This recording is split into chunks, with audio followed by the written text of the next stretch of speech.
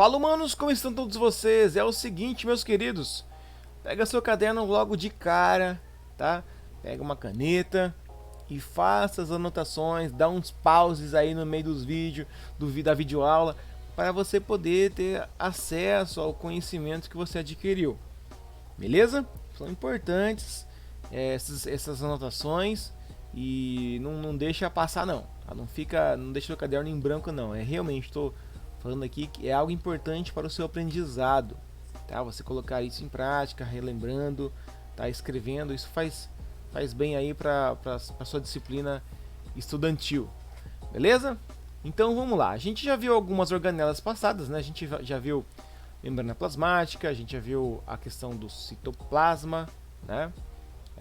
Vimos ribossomos em aula anterior e agora a gente chega no retículo endoplasmático. Só fazer um gancho aqui no ribossomos.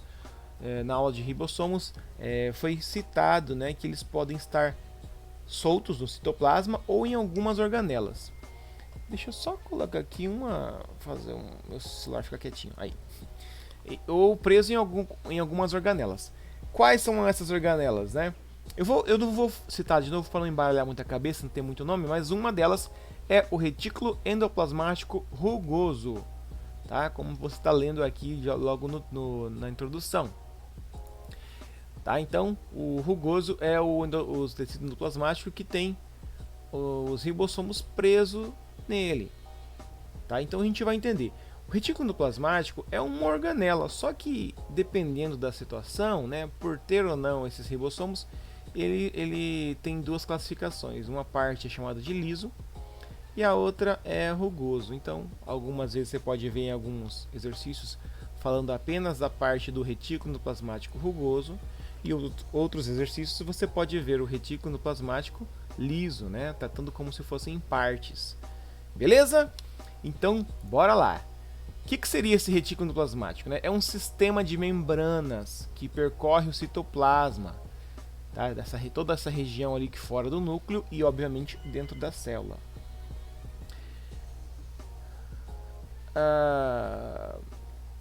Dentro, né? Tô com o interfone aqui, tô vendo que das células eucariontes e está em continuidade com o envoltório nuclear. Beleza? Então, ela é como se fosse uma extensão, né? Uma parte ali que fica muito próximo ao núcleo, tá? E a parte do envoltório desse núcleo da célula está muito próximo ao núcleo. Depois você vai entender as razões, né? Mais para frente vai entender um pouquinho mais porque ele está tão próximo do núcleo. Essa organela membranosa é constituída por túbulos, tá? E cisternas, são saquinhos achatados, né? E são tudo interligado. A membrana do retículo endoplasmático, em alguns locais, apresenta uma série de ribossomos aderidos, né? Lembra que a gente comentou sobre isso aqui? E em outros locais, né, dessa mesma organela, as estruturas estão ausentes, os ribossomos não estão presentes, tá? Então, devido a essa característica, é possível distinguir duas regiões, o rugoso e o liso. Eu vou mostrar uma representação e você vai entender um pouquinho melhor. Dentre as funções exercidas por essa organela, podemos citar a síntese e o transporte de macromoléculas, tá? De algumas substâncias. Então, ó, a gente pode citar que eles sintetizam, né? E podem auxiliar no transporte de algumas substâncias. Tá? Eles podem sintetizar, podem produzir algumas e transportar algumas substâncias. Tá bom? Então vamos lá agora, de um por um. O retículo endoplasmático rugoso ou granular. Ele caracteriza por apresentar ribossomos aderidos à superfície externa da sua membrana.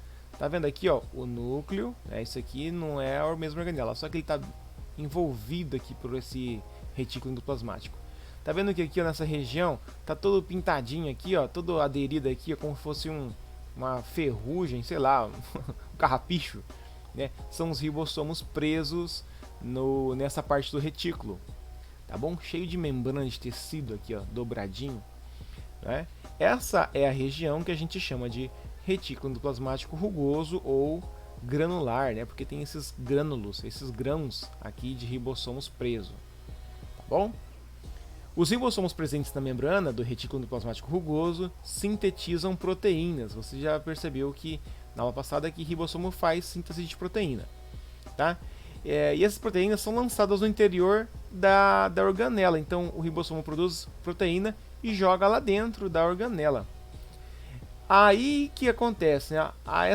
O retículo endoplasmático rugoso, essa organela tem o papel de garantir que elas fiquem separadas, essas proteínas, né? Elas fiquem separadas das proteínas produzidas no citoplasma e sejam posteriormente enviadas para outras partes da célula ou ainda para fora dela. Então, os ribossomos produzem um tipo de proteína, jogam aqui para dentro, né? E para não misturar as proteínas que os ribossomos lá fora estão fazendo, ele joga aqui dentro e o retículo endoplasmático faz uma espécie de uma bolsa, né? Ele envelopa essa proteína para mandar o endereço certinho, né, dessa proteína. Eu quero que manda para fora da célula, vai lá para outro lugar, né? Aí utiliza assim um outro caminho, mas é mais ou menos isso, tá? Grande parte dessas proteínas é transportada para o complexo golgiense, né? Outra organela que a gente vai estudar depois. Não fica com medo não dos nomes aqui, tá? A gente vai entender depois o que seria isso. No qual sofre algumas modificações e são empacotadas em vesículas que são levadas para locais específicos.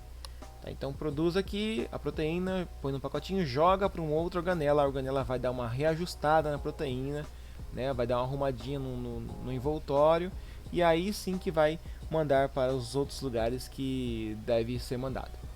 Células especializadas na secreção de proteínas, como as células do pâncreas e os plasmócitos, elas apresentam um retículo endoplasmático rugoso bem desenvolvido, tá? Porque elas têm que produzir e secretar bastante proteína. Então, já que essa organela ela sintetiza e envia proteínas, né? Sintetiza não, ela basicamente ela faz o empacotamento das proteínas produzidas pelos ribossomos, né? Então produz em células que fazem esse tipo de secreção, né, de proteína, elas precisam desse retículo bem desenvolvido, tá bom?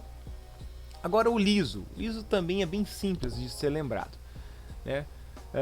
Se no rugoso a gente tem que lembrar das proteínas que os ribossomos fazem, né?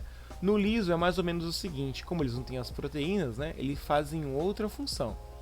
Então eles não têm os ribossomos aderidos, né? Tá aqui, ó, eles são todos ligados, né? Esse retículo é todo ligado, cheio de túbulos, né? E olha só, não tem os ribossomos e geralmente a membrana é disposta em um formato tubular. Então eles têm uns tubos aqui, né? Uns túbulos. Enquanto isso aqui é como se fossem mais tecidos dobrados, né? Imagina essa imagem na cabeça. O retículo endoplasmático liso está relacionado com diferentes processos a depender da célula na qual se encontra. Em células produtoras de hormônios esteroides, né, por exemplo, hormônios sexuais, como as células dos ovários e dos testículos, o retículo endoplasmático liso apresenta papel essencial na síntese dos hormônios sexuais. Então, olha só, são excelentes produtores, né, eles auxiliam nesse processo de produção de hormônios sexuais. E onde se encontram essas células que produzem esses hormônios sexuais?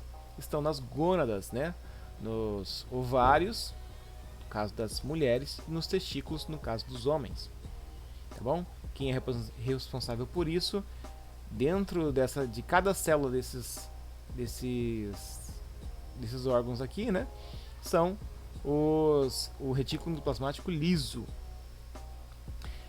Além de esteroides, o retículo endoplasmático liso relaciona-se com a síntese de outros tipos de lipídios, tá? Como os fosfolipídios utilizados em todas as membranas celulares.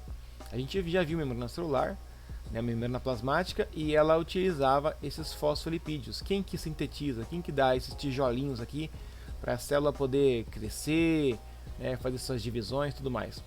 É o retículo endoplasmático liso, ok? Já nos finalmente aqui, deixa eu só fazer uma observação e fazer um pause aqui, peraí. Já no finalmente da coisa, né, esse retículo endoplasmático liso, é bem desenvolvido também em células do fígado, uma vez que apresentam importante papel na inativação ou desintoxicação de substâncias nocivas e tóxicas ao organismo. Algumas substâncias, como o álcool, promovem a proliferação do retículo endoplasmático liso nesse órgão, garantindo desse modo maior desintoxicação. Então, deixa eu fazer um pause aqui. Essa organela, ela tenta fazer o seguinte, tenta tudo que for tóxico ao organismo, ela tenta fazer a inativação, tá? Ela desintoxica o organismo, tá? Desintoxica a célula. E aí que acontece o seguinte, como por exemplo no caso aqui falou do álcool, né? A pessoa ingere álcool e álcool não é uma substância natural ao organismo. O organismo vai tentar quebrar essa substância, né, em uma substância que possa ser utilizada para o organismo, tá? Só que aí percebe-se, né, que a pessoa que geralmente faz uso de álcool, ela começa a tomar doses cada vez maiores. Por quê? Porque toda vez que ela toma, o retículo fica mais forte, né? Ele melhora não é que melhora, né?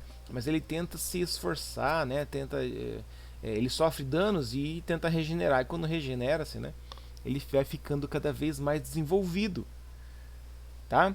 Então isso vai acontecer que a pessoa, com o tempo, ela tem que fazer uso no caso do álcool, né?